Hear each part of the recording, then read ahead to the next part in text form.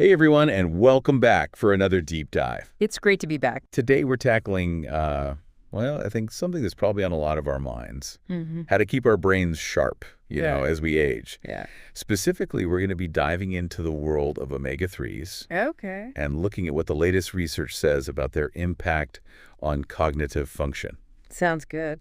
We've got 3 recent studies lined up for this deep dive, so let's jump right in. Let's do it. First things first, what exactly are omega-3s and why should we care about them? Well, omega-3s are a type of healthy fat that plays a crucial role in keeping our bodies running smoothly. Okay. The catch is our bodies can't make them on their own. We have to get them from our diet, and that's where things get interesting. So like a VIP guest that needs a special invitation. Exactly, and you've probably heard about omega-3s being good for your heart. But the latest research suggests they might be brain boosters as well. Okay, so good for the heart and the brain. Now we're talking, but do they actually help prevent that age-related decline? Well, one of the studies we're looking at today analyzes a whole bunch of previous research, think long-term studies, and even meta-analyses, which combine results from multiple studies for a more comprehensive view. And what they found was pretty remarkable. People who ate more fish or took omega-3s were less likely to develop mild cognitive decline and even Alzheimer's disease. It's not a guaranteed shield against dementia. Right. But a promising sign nonetheless. Right. It doesn't mean that omega-3s are a magic bullet, but it does suggest that they play a role in keeping our brains healthy as we age. And this benefit was especially strong for people who were already experiencing some memory issues or had coronary artery disease. Interesting. So it's like a 2-for-1 deal. Yeah. But let's get down to the practical stuff. Okay. What about taking omega-3 supplements? Do those work as well as getting them from food? Another great question. Another study we're diving into today is a randomized controlled trial. That's a super reliable type of study. And it focused on DHA. One of the key omega-3s. Okay. They found that DHA supplements did help people with mild cognitive impairment, which is great news for catching things early. Early intervention seems key here. Absolutely. But here's where things get tricky. The DHA supplements didn't seem to help people who already had Alzheimer's disease. It highlights the importance of addressing cognitive issues early on and the complex nature of brain health. Okay, so prevention and early action seem crucial. But wait, there's more. This study also found something pretty amazing in healthy folks with coronary artery disease. A daily dose of 3.36 grams of EPA and DHA actually slowed cognitive aging by 2.5 years. That's a significant finding for sure. It really underscores the potential impact omega-3s can have on maintaining brain function, even for those who aren't showing signs of decline. I mean, who wouldn't want to turn back the clock on their brain age? But like any good story, there's a twist. Right? Of course, other trials looking at omega-3 supplements in healthy people had mixed results. Okay. Some showed benefits while others didn't. So it's not as simple as popping a pill and calling it a day. Exactly. Things like the dose, how long the study lasted, individual genetics, and even lifestyle choices probably play a role in these varying outcomes. Okay, so there's more to the story than meets the eye. Yeah. But that's why we love these deep dives. We're not just skimming the surface, we're digging into the nuances. For sure. Speaking of which, let's move on to a study that looked at whether omega-3s could actually improve cognitive function, not just prevent decline. Okay. So this particular study was fascinating. Yeah. They gave a high dose of omega-3s along with omega-6s and some antioxidant vitamins to older adults with mild cognitive impairment. Interesting. And they used a really reliable study design, a double-blind, placebo-controlled trial. Meaning neither the participants nor the researchers knew who was getting the real deal. Wow. So they designed it to be super reliable. That's good news for us. What did they find? Well, after 6 months, the group taking the omega-3 blend showed significant improvements on several cognitive tests, memory, attention, even how quickly their brains processed information, things that tend to slow down as we get older. So they were thinking faster and sharper. Exactly. That's awesome. But it gets even better. They also saw improvements in what's called functional capacity. Okay. Things like how far participants could walk in 6 minutes and how quickly they could stand up from a chair. Wow. So not just thinking better, but moving better too. Exactly. That's incredible. And there's more participants taking the supplement reported feeling less fatigued, healthier overall, and even sleepier during the day. It's like omega-3s were giving them a boost in energy and well-being. Now, that's something I think we can all relate to, who wouldn't want more pep in their step and a better night's sleep. This sounds promising, especially for those of us starting to notice a few senior moments. It's certainly encouraging. It suggests that omega-3s might not just be about slowing down decline, but actually enhancing brain function and overall well-being. But we have one more study to unpack. Oh. This one looked at a connection many of us have probably wondered about omega-3s and weight loss. Okay, now this is getting personal. What did they find? They wanted to see if adding omega-3s to a weight loss diet could boost the benefits, and while both groups in the study lost weight, the group getting omega-3s had a greater reduction in abdominal fat. Wait, belly fat specifically? Exactly. That's huge. And you're right, belly fat is linked to a whole host of health issues, so this finding is particularly significant. Now, both groups did see improvements in cognitive function over time. Okay. Just losing weight can be good for the brain. That's great to hear. So even if you don't take omega-3s, losing weight can help your brain. It seems that way, but there wasn't a noticeable difference in cognitive improvements between the two groups. Okay, so omega-3s didn't necessarily make people smarter than weight loss alone, but they did seem to target that stubborn belly fat. That's a win in my book. Yeah. So we've covered a lot of ground here. What's the bottom line for our listeners? Should we all be swimming in a sea of omega-3s? Well, hold on. Let's not get ahead of ourselves. We've still got a lot more to explore. Okay, fair enough. But before we move on, what are some of the key takeaways so far? The research on omega-3s and brain health is incredibly encouraging. It suggests these healthy fats play a vital role in keeping our brains sharp, especially as we age. Yeah. But as we've seen, it's not a one-size-fits-all solution. Right. There are a lot of nuances to consider. Exactly. Increasing your fish intake. Think delicious brain food is a good place to start, especially if you're concerned about cognitive decline. Got it. Delicious and nutritious. But what about supplements? Supplements may also have a role to play, particularly for those with mild cognitive impairment or a family history of dementia. But it's always best to talk to your doctor before starting any new supplements. What works for one person might not work for another. Personalized medicine, even for something as seemingly simple as omega-3s. Exactly. It's about understanding your individual needs and working with your healthcare provider to make the best decisions for your health. This has been an incredible deep dive. We've learned so much about these powerful little fats. And we've only just scratched the surface. There's a whole ocean of information still to explore. Oh, it's exciting. That's what makes this so exciting. There's always more to learn. But before we wrap up this part of the deep dive, let's leave our listeners with something to think about. We've seen that omega-3s could impact multiple aspects of health, brain function, weight management, maybe even more, given what you've learned today. What's one small change you could make in your diet or lifestyle to potentially boost your omega-3 intake? Maybe swap that chicken breast for a salmon fillet once a week. Or sprinkle some chia seeds on your yogurt. Yeah. Or add a fish oil supplement to your routine. The possibilities are endless. We encourage you to continue exploring this topic and let us know what you think. We love hearing from our listeners. Stay curious, and we'll be back soon with part 2 of our Omega-3 Deep Dive. There's so much more to uncover. Stay tuned. Welcome back, everyone. I hope you're ready for more omega-3 insights because we're diving back into the deep end. Ready when you are. Okay, before we get to those listener questions, there's one thing from the last study we need to unravel a bit more. Okay. Those omega-6 fatty acids. Right. Remember how that study included omega-6s along with omega-3s and antioxidants? Yeah, the one with the older adults. Yeah. And mild cognitive impairment. Well, there's often this idea that omega-6s are the bad guys while omega-3s are the heroes. Is that true? It's not quite that black and white, actually. We need both types of fats for optimal health. It's all about balance. So less of a superhero showdown and more of a delicate dance. Exactly. Omega-6s are involved in important functions like growth immunity and blood clotting. Okay. But here's the catch. Uh-oh. The modern Western diet tends to be overloaded with omega-6s and light on omega-3s. Ah, so that's where the trouble starts. Precisely, too much omega-6 can lead to inflammation, which is linked to a whole bunch of health problems, including heart disease and, you guessed it, cognitive decline. So it's not that omega-6s are inherently evil.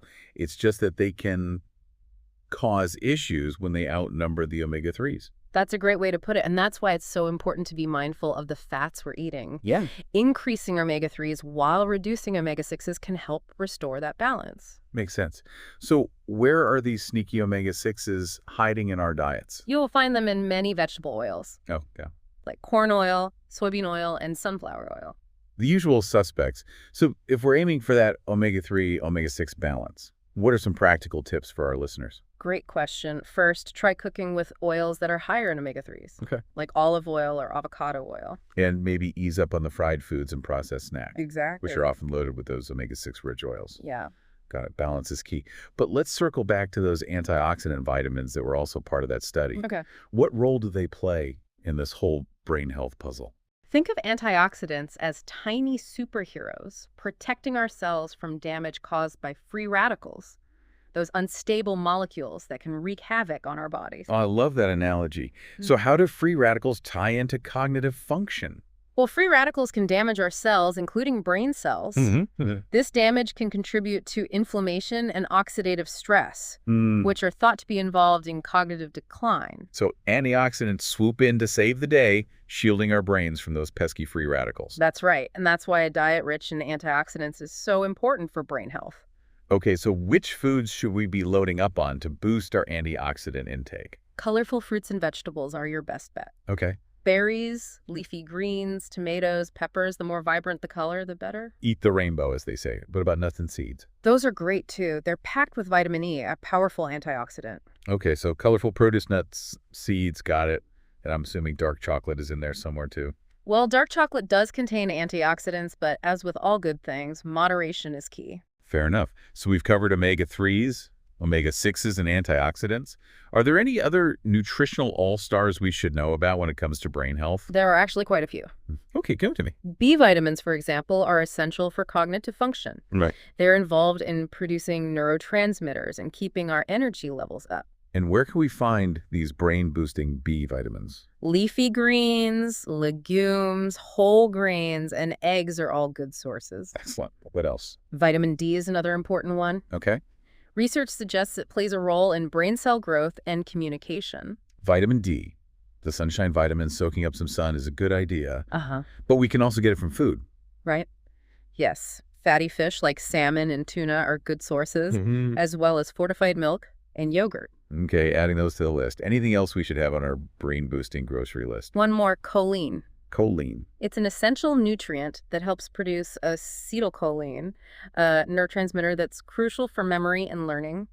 Acetylcholine, isn't that the one that tends to decline as we age? You got it. And you can find choline in foods like eggs, liver, and soybeans. All right, choline.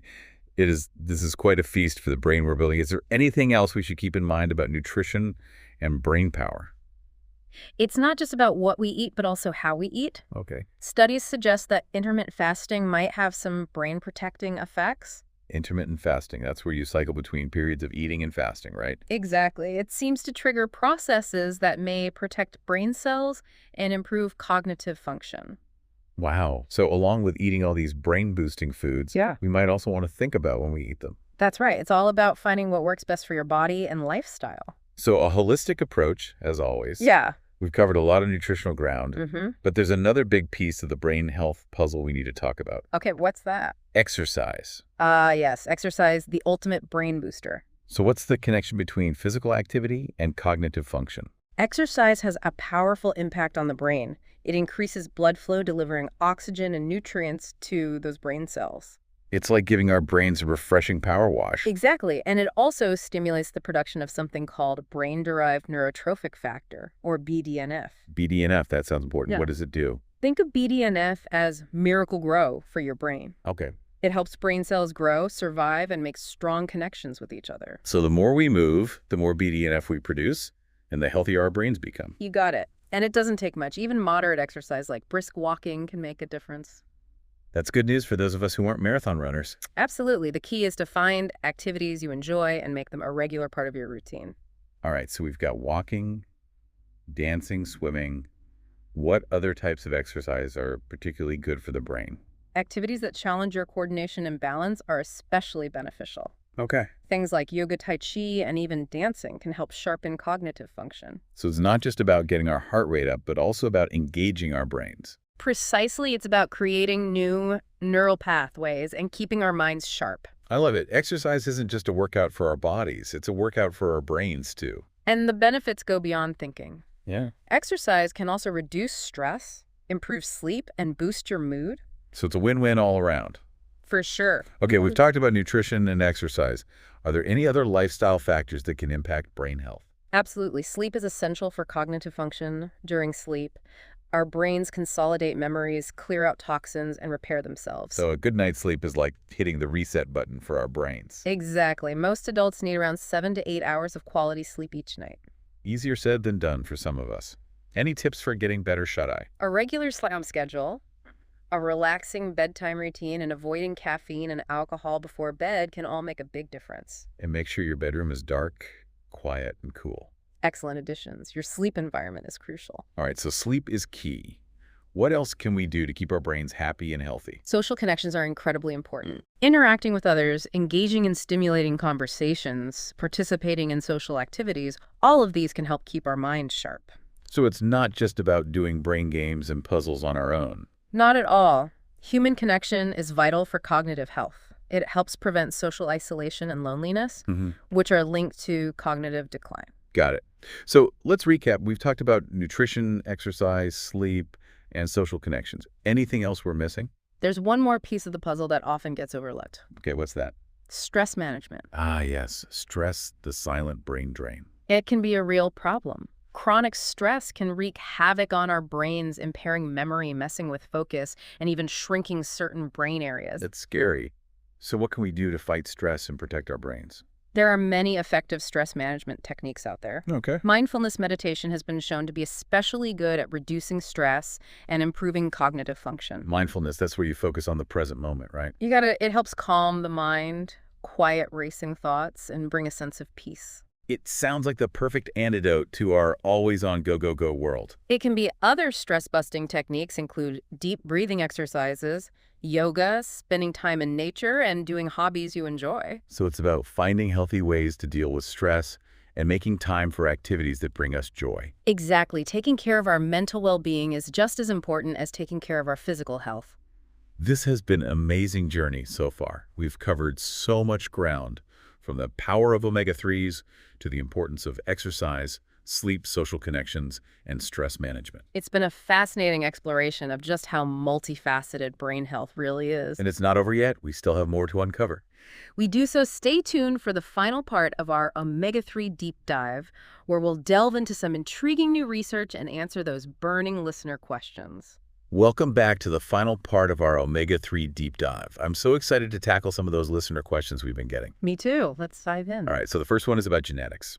Several listeners have asked if our genes play a role in how our bodies use omega-3s.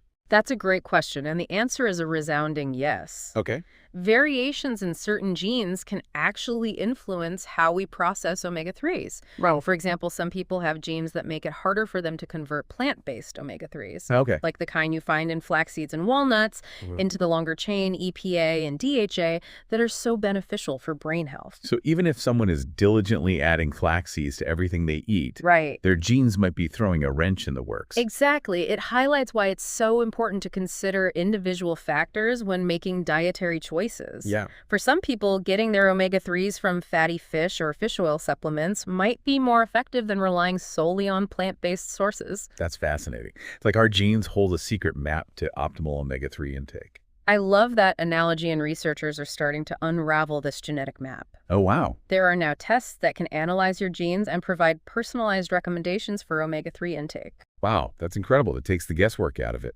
But for those of us who haven't had our genes analyzed yet, are there any general guidelines we can follow to make sure we're getting enough omega-3s? The American Heart Association recommends eating at least 2 servings of fatty fish per week. So that's about 3.5 ounces per serving cooked. Right, and for those who don't eat fish regularly, fish oil supplements can be a good option. But as always, it's best to check with your doctor to determine the right dose for you. Excellent advice. Okay, here's another common question, especially from our vegan and vegetarian listeners. Are there ways to get enough omega-3s without eating fish? Absolutely. While fatty fish is the richest source of EPA and DHA, right, there are plant-based sources of omega-3s, mainly ALA, which can be converted into EPA and DHA, though at a lower rate. Right. We talked about that earlier with the genetic variation. Exactly. So for those who don't eat fish, it's important to include plenty of ALA-rich foods in their diet. Things like flax seeds, chia seeds, hemp seeds, and walnuts are all great options. And algae oil supplements are becoming increasingly popular as a vegan source of EPA and DHA. That's right. Algae oil is derived from microalgae, the original source of omega-3s in fish. It's a sustainable and vegan-friendly choice. Amazing. It's like going straight to the source. It really shows there are many ways to nourish our brains with omega-3s, no matter our dietary preferences. Couldn't agree more. It's all about finding what works for you and making informed choices. Well, I think we've covered just about everything there is to know about omega-3s and cognitive function. We've dug into the science, explored the benefits, discussed potential risks, and even touched upon the world of genetics. It's been quite a comprehensive deep dive. It really has. And I hope our listeners feel empowered and informed to make decisions about their health and well-being. That's always our goal, to spark curiosity, ignite a passion for knowledge, and equip you with the tools to live your best life. Well said. Before we sign off, I want to thank you for joining us on this incredible journey. Your expertise and insights have been invaluable. The pleasure was all mine. I always enjoy exploring these fascinating topics with you and our listeners. And to our amazing listeners, thank you for tuning in. We hope you've learned something new and feel inspired to prioritize your brain health. Remember, even small changes can make a big difference over time. Keep those brains buzzing, stay curious, and we'll see you on our next deep dive.